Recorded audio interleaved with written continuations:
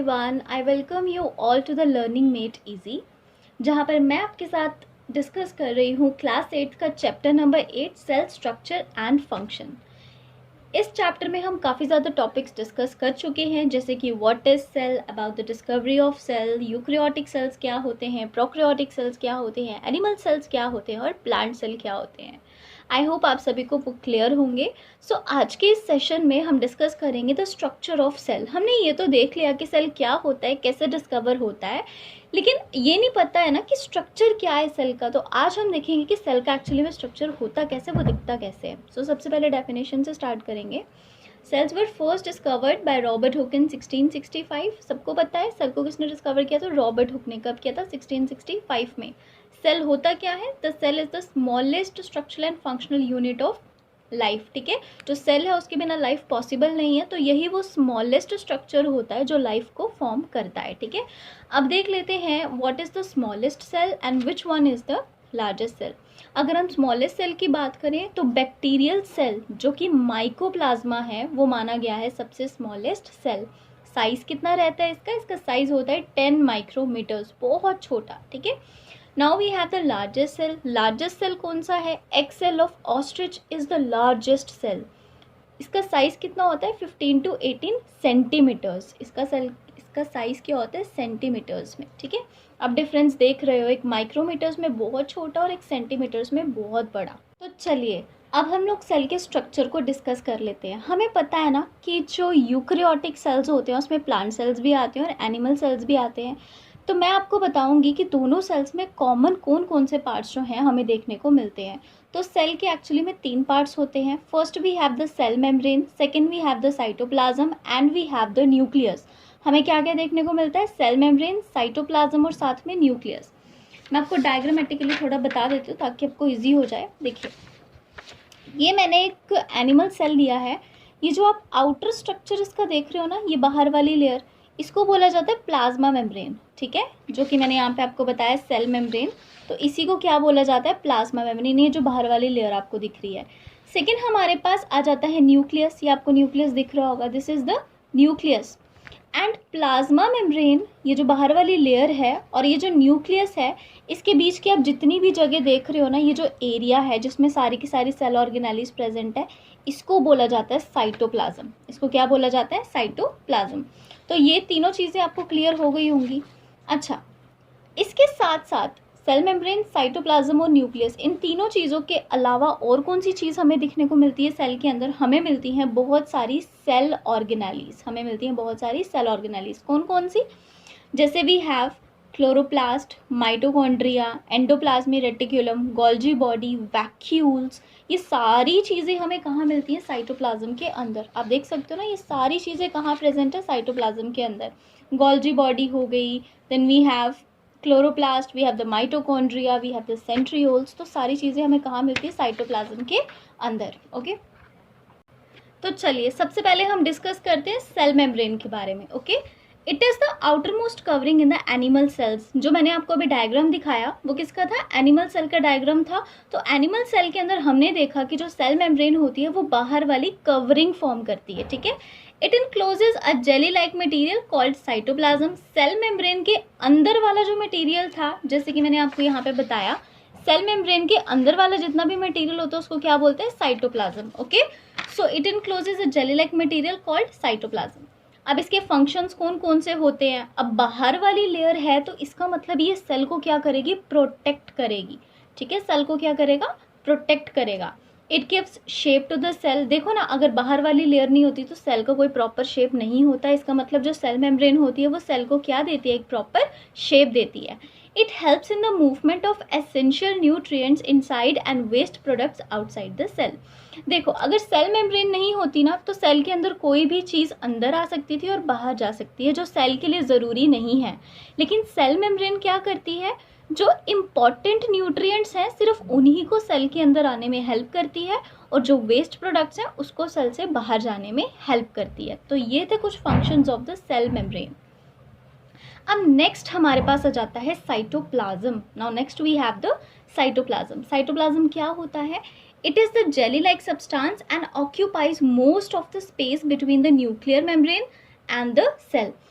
देखो साइटोप्लाज्म क्या होता है, ये एक जेली लाइक सब्सटेंस होता है, एक लिक्विड सा सब्सटेंस होता है। कहाँ पे प्रेजेंट होता है, सेल मेम्ब्रेन और न्यूक्लियस के बीच की जो जगह है, देखो ये रही हमारी सेल मेम्ब्रेन और ये रहा हमारा न्यूक्लियस।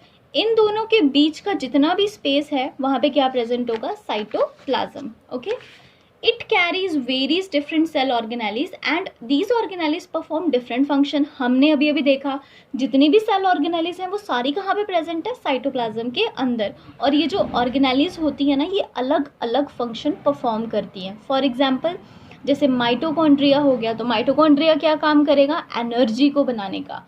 गोल्जी बॉडी हो गई, गोल्जी बॉडी किसका काम करेगी, चीज़ों को पैक करने का और उनको अपनी अपनी जगह पे भेजने का। अगर हम राइबोसोम्स की बात करें तो राइबोसोम्स क्या काम करेंगे, प्रोटीन्स को बनाने का। तो इसी तरीके से जो अलग अलग ऑर्गेनेलिस होती हैं वो डिफरेंट फंक्शंस क्या करती हैं, परफॉर्म करती हैं, और वो कहाँ प्रेजेंट होती हैं, साइटोप्लाज्म के अंदर। अब हम इसका फंक्शन देख लेते हैं। Its main function is to hold the components of the cell and protect them from damage. अब देखो साइटोप्लाज्म के अंदर हमने क्या देखा, बहुत सारी सेल ऑर्गेनेलिस थी। अब मुझे बताओ कि अगर साइटोप्लाज्म नहीं होता, सपोज कर लो ये लिक्विड नहीं प्रेजेंट है, तो उसे होता क्या, जितनी भी ऑर्गेनेलिस हैं वो आपस में टकराती, ठीक है, आपस में क्या करती, वो टकराती, और इससे हो सकता कि वो डैमेज हो जाते। ठीक है, तो साइटोप्लाज्म क्या करता है, जो सेल ऑर्गेनेलिस होती है ना उनको प्रॉपर पोजीशन में रखने में हेल्प करता है ताकि उनको क्या ना हो, डैमेज ना हो। न्यूक्लियस को स्टार्ट करने से पहले हम इसका स्ट्रक्चर देख लेते हैं ताकि आपको न्यूक्लियस को करना और भी ज़्यादा ईजी हो जाए। तो सबसे पहले ये याद रखो कि न्यूक्लियस के बाहर जो है दो मेम्ब्रेन्स होती हैं। ठीक है, एक हो गई आउटर मेम्ब्रेन जो हमें ये दिख रही है, and second is the inner membrane. तो दो मेम्ब्रेन हो गई, दोनों मेम्ब्रेन्स मिलके क्या बनाती हैं, न्यूक्लियर एनविलप, मतलब न्यूक्लियर की मेम्ब्रेन। ओके, आउटर मेम्ब्रेन और इनर मेम्ब्रेन के बीच में स्पेस होती है जिसको बोला जाता है perinuclear space. Okay, outer and inner membrane के बीच में स्पेस होती है जिसके बीच में थोड़ा सा फ्लूइड वगैरह फिल्ड होता है जिसको बोलते हैं पेरी न्यूक्लियर स्पेस। अब जैसे देखो सेल के अंदर जो जेली लाइक मटेरियल था उसको हम क्या बोलते थे, साइटोप्लाज्म, राइट। वैसे ही न्यूक्लियस के अंदर जो जेली लाइक मटेरियल होता है उसको बोला जाता है न्यूक्लियोप्लाज्म। ओके, उसको बोला जाता है न्यूक्लियोप्लाज्म। और हमें न्यूक्लियस के अंदर देखने को क्या मिलता है, we have a nucleolus. Nucleus के अंदर हमें और क्या मिलता है, न्यूक्लियोलस। और क्या चीज़ हमें दिख रही है, ये जो आपको थ्रेड लाइक स्ट्रक्चर्स दिख रहे हैं इसको बोला जाता है क्रोमैटिन। इसको क्या बोला जाता है, क्रोमैटिन। तो ये सारी चीज़ें हमें क्या मिलती है, न्यूक्लियस के अंदर मिलती है। और न्यूक्लियस की मेम्ब्रेन के ऊपर छोटे छोटे पोर्स होते हैं क्योंकि चीज़ों को न्यूक्लियस के अंदर आना भी है और न्यूक्लियस से बाहर भी जाना है, तो किसके थ्रू जाएंगी, पोर्स के through. So this was about the structure. अब देख लेते हैं इसका थोड़ा सा theoretical portion. So nucleus was first discovered by Robert brown. Nucleus को किसने डिस्कवर किया था, रॉबर्ट ब्राउन ने डिस्कवर किया था। Nucleus is a spherical shaped organelle. हमने देखा न्यूक्लियस कैसी ऑर्गेनेली है, स्फेरिकल शेप्ड।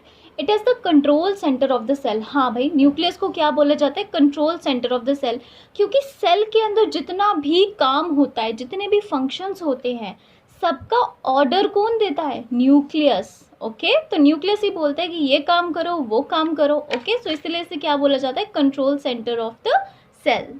अब न्यूक्लियस के कौन कौन से पार्ट्स देखे थे हमने, nuclear membrane, nucleoplasm, nucleolus and chromosomes. एक एक करके हम सभी डिस्कस करेंगे।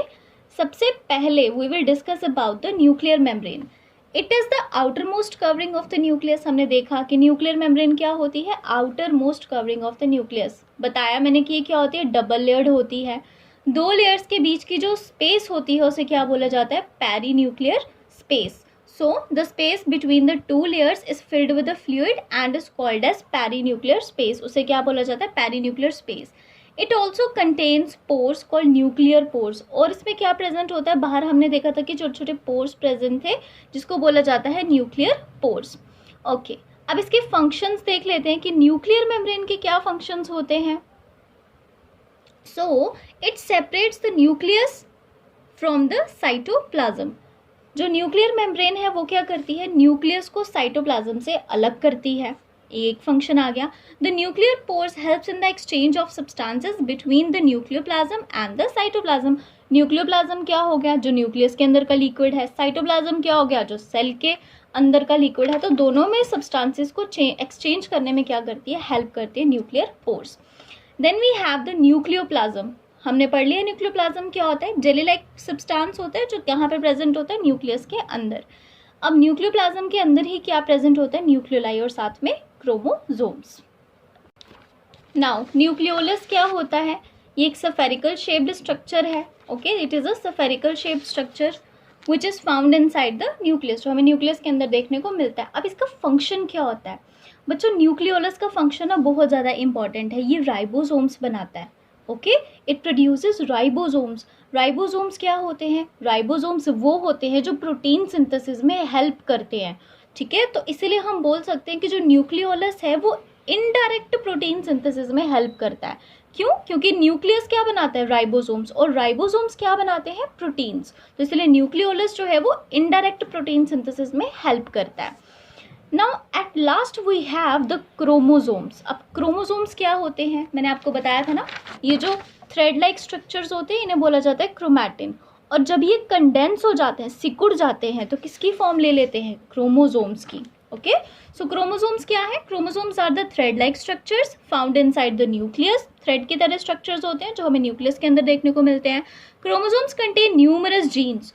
अब देखो बच्चों, क्रोमोसोम्स के ऊपर क्या प्रेजेंट होते हैं, जीन्स। ठीक है, that plays important role in the inheritance of character from parents to their offsprings. अच्छा, हम बोलते हैं ना, अगर कोई बच्चा अपने पेरेंट्स की तरह दिखता हो तो हम बोलते हैं यार वो पूरा अपने पेरेंट्स की तरह दिख रहा है। ऐसा क्यों होता है, ऐसी कौन सी चीज़ होती है जो बच्चे में गई होती है जिसकी वजह से वो अपने पेरेंट्स की वजह से दिखता है, that is the genes. Genes मतलब करेक्टर्स, आंखों का रंग कैसा होगा, बालों का रंग कैसा होगा, सब चीज़ें कौन डिसाइड करते हैं, जीन्स। तो जीन्स जो होते हैं वो पेरेंट्स से कहाँ पे जाते हैं, चिल्ड्रंस में।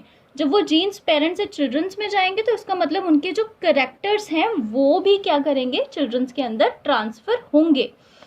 During cell division the chromosomes can be clearly seen inside cell. अब देखो बच्चों, सेल डिवाइड करता है ना, 1 से 2, 2 के 4 बनते हैं। तो जब सेल डिवाइड कर रहा होता है ना, उस टाइम पे हमें क्या देखने को मिलते हैं, क्रोमोसोम्स देखने को मिलते हैं। तो क्रोमोसोम्स बहुत इंपॉर्टेंट है।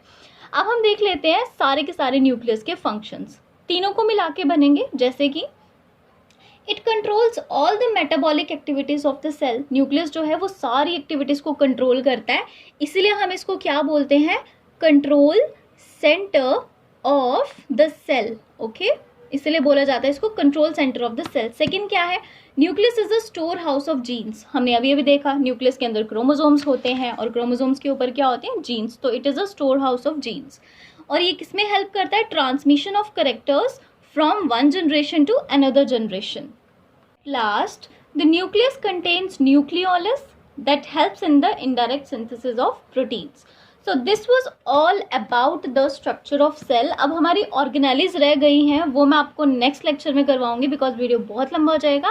आई होप आप सभी को क्लियर हो गया होगा जो भी सेल के स्ट्रक्चर्स होते हैं, जो भी सेल के पार्ट्स होते हैं। मिलते हैं नेक्स्ट वीडियो में, तब तक के लिए बाय बाय।